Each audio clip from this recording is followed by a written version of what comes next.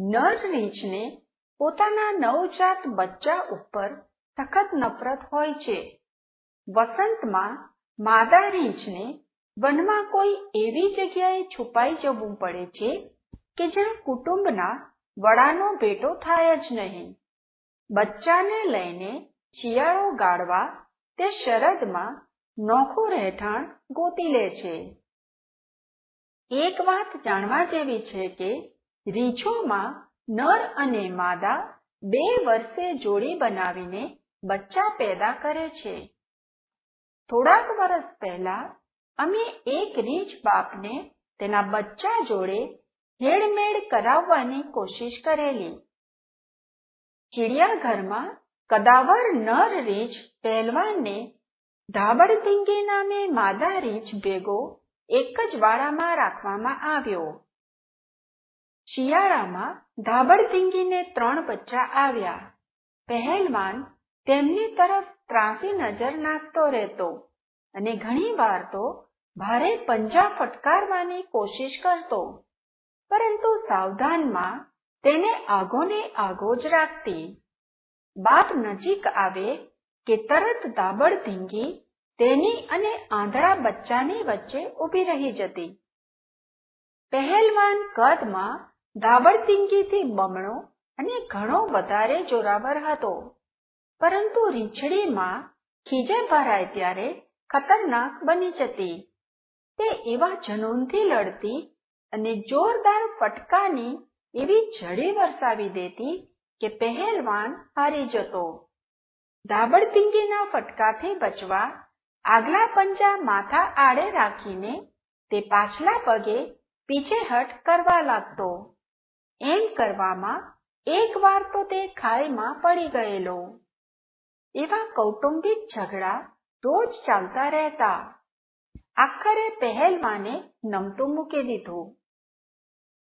તે ધાબળધીંગીથી એવો ડરી ગયેલો કે બચ્ચા બખોલમાંથી નીકળીને બાપ પાસે જવા લાગે કે તરત ગભરાઈને ભાગવા માંડતો. વારે વારે બીકભરી નજર ધાબળધીંગી તરફ નાખતો રહેતો અને પંજા વડે માથું ઢાંકી દેતો. અમને લાગ્યું કે પહેલવાને પોતાનો નવો કૌટુંબિક દરજ્જો હવે સ્વીકારી લીધો છે, પરંતુ તેમાં અમારી ભૂલ હતી. 5 રીંછના એક કુટુંબના રહેઠાણના વાડામાં વચ્ચોવચ્ચ ઝાડનું જાડું અને ઊંચું થડિયું હતું. એકવાર 3માંથી એક બચ્ચું થડિયાની ટોચે ચડીને બેઠું અને તડકાની મોજ માણવા લાગ્યું. ધાબળધીંગી નજીક નહોતી, ક્યાંક ઊંઘની મજા માણી રહી હતી. પહેલવાને જોયું કે મેદાન ખાલી છે, એટલે તેણે થડિયા પાસે સરકીને બચ્ચાને એવો જોરદાર ફટકો લગાવી દીધો કે તે હવામાં અધ્ધર ઉડ્યું અને રાડારાડી કરવા લાગ્યું. ધાબળધીંગી તરત જાગી ગઈ અને તેણે મોટા જબ્બર રીંછને બરાબરનો મેથી પાક ચખાડ્યો. પહેલવાન ઊંઘીને અપમાનને ભૂલી જવા ખૂણામાં લપાઈ ગયો. થોડા દિવસ કુટુંબમાં શાંતિ રહી. ધાબળધીંગી હવે અગાઉ જેટલી સાવધાન નહોતી રહેતી. ઉનાળામાં એકવાર સરસ મજાની સવાર હતી, ત્યારે તે નીંદરમાં પડી ગઈ. પહેલવાને એક બચ્ચાને ખાઈ પાસે જતું અને આગલા પંજા પાણીમાં બોળતું જોયું. પહેલવાન ખાઈમાં ઉતર્યો અને લપાતો છુપાતો પાણીમાં છપકારા બોલાવતા બચ્ચા પાસે પહોંચી ગયો. બાપે અચાનક બચ્ચાની ગરદન દાંતમાં પકડી લીધી અને તેને પાણીમાં ઊંડું ચબોડી દીધું. બચ્ચાએ રાડ પાડવા ડાચું ફાડ્યું તો ખરું, પણ અવાજ નીકળ્યો જ નહીં. તે પાણીમાં ગોંગળાઈ ગયો. પહેલવાન પણ માથું પાણીની અંદર ઝાઝી વાર ન રાખી શક્યો. તેણે શ્વાસ લેવા માથું પાણીમાંથી બહાર કાઢ્યું કે તરત તેના દાંતમાં હજી લટકી રહેલા શિકારે કારમી રાડ નાખી. તેનો અવાજ ચિડિયાઘરના પ્રાણીદ્વીપના ખૂણે ખૂણામાં ફેલાઈ ગયો. સફાળી જાગી ગયેલી માએ ઠેકડો મારીને સીધું પાણીમાં ઝંપલાવ્યું અને એ મારકણાને ધોઈ નાખ્યો. જોવા જેવો મામલો હતો. જનુની માદા રીંછે પહેલવાનની ઉપર હુમલો કર્યો અને તેને એકદમ ધીવી નાખ્યો. પહેલવાન પીછેહટ કરીને લાચાર દશામાં માથું બચાવતો ખાઈને દૂરને છેડે ચાલ્યો ગયો. આખરે ધાબળધીંગીએ તેનો છાલ છોડ્યો ત્યારે તે 1 કલાકથીએ વધારે વખત પાણીમાં જ રહ્યો. ધાબળધીંગીની બીકે તેની બહાર નીકળવાની હિંમત જ ન થઈ.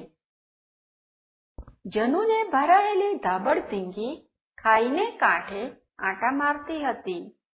એ દિવસથી કુટુંબમાં કાનૂન અને વ્યવસ્થાની પાકી સ્થાપના થઈ ગઈ. ધાબળધીંગી બાપની તરફ જરાક સરખુએ ધ્યાન આપ્યા વગર બચ્ચાની સંભાળમાં મશગુલ રહેતી. પહેલવાનને નવા વાળ આવ્યા. બચ્ચાના સંબંધમાં તેને દિલચસ્પી સાવ ઓસરી ગઈ. તે આખો દિવસ નિરાંતે પંજા ફેલાવીને ચત્તો સૂઈ રહેતો. શિયાળો આવ્યો. રીંછોએ જમીનમાં ખાડા ખોદી લીધા અને તેઓ મોટે ભાગે ખાડામાં ઊંઘતા પડ્યા રહેતા. ધાબળધીંગી બચ્ચા ભેગી સૂતી અને પહેલવાનની બખોલ વાડાને બીજે છેડે હતી. હવામાં હૂંફ જેવું લાગે ત્યારે બચ્ચા ખાડામાંથી બહાર નીકળીને હિમમાં રમતા. ક્યારેક તેઓ હિંમત કરીને બાપ પાસે પહોંચી જતા અને પહેલવાન માની બખોલ તરફનો રસ્તો રોકી દેવાની કોશિશ કરતો. શિયાળામાં ધાબળધીંગીની માતૃવૃત્તિ બહુ જોરદાર નહોતી રહી. બચ્ચા તેની બખોલમાં હોય ત્યારે જ તેમનો બચાવ કરતી. પરંતુ બચ્ચા હવે પોતાની ફિકર પોતે જ કરી લે એટલા મોટા થઈ ગયા હતા. તેઓ પીછો કરનારને થાપ આપીને સહેલાઈથી છટકી જતા. માત્ર એક જ વાર પહેલવાને એક બચ્ચાને ઝપટમાં લઈ લીધેલું. લગભગ 30 કિલોગ્રામ જેટલા વજનના બચ્ચાને હવામાં ફંગોળી દીધું. બચ્ચું જઈને જોખમના વિસ્તારથી થોડાક મીટર આગે પડ્યું. વસંતમાં કુટુંબમાં કશા ગંભીર ઝઘડા ન થયા.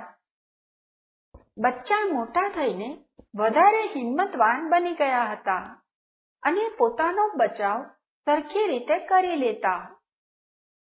એકવાર હું ઉદ્યાનમાં થઈને જતો હતો ત્યારે રીંછોના વાડા પાસે ટોળું ભેગું થઈ ગયું હતું અને લોકો ખુશીમાં શોર મચાવી રહ્યા હતા. રીંછોએ ખરેખર તમાશો કર્યો હતો. પહેલવાન ખાઈમાં હતો અને તેણે જેને હવામાં ફંગોળી દીધું હતું એ બચ્ચું તેની ઉપર નજર ઠેરવીને કાંઠે ઊભું હતું. પહેલવાને ખાઈમાંથી નીકળવાની કોશિશ કરી અને પથ્થરની દિવાલના એક ખાંચામાં પંજા ભરાવ્યા. એ જ ઘડીએ એક માદા બચ્ચું લપકીને તેની પાસે પહોંચી ગયું અને બાપના મોઢા ઉપર એક પછી એક 3 તમાચા ઝડપથી ચોડી દઈને દોડતું મા પાસે પહોંચી ગયું. પહેલવાન મનમાં જ બબડ્યો હશે, આ એક બીજી ધાબળધીંગી.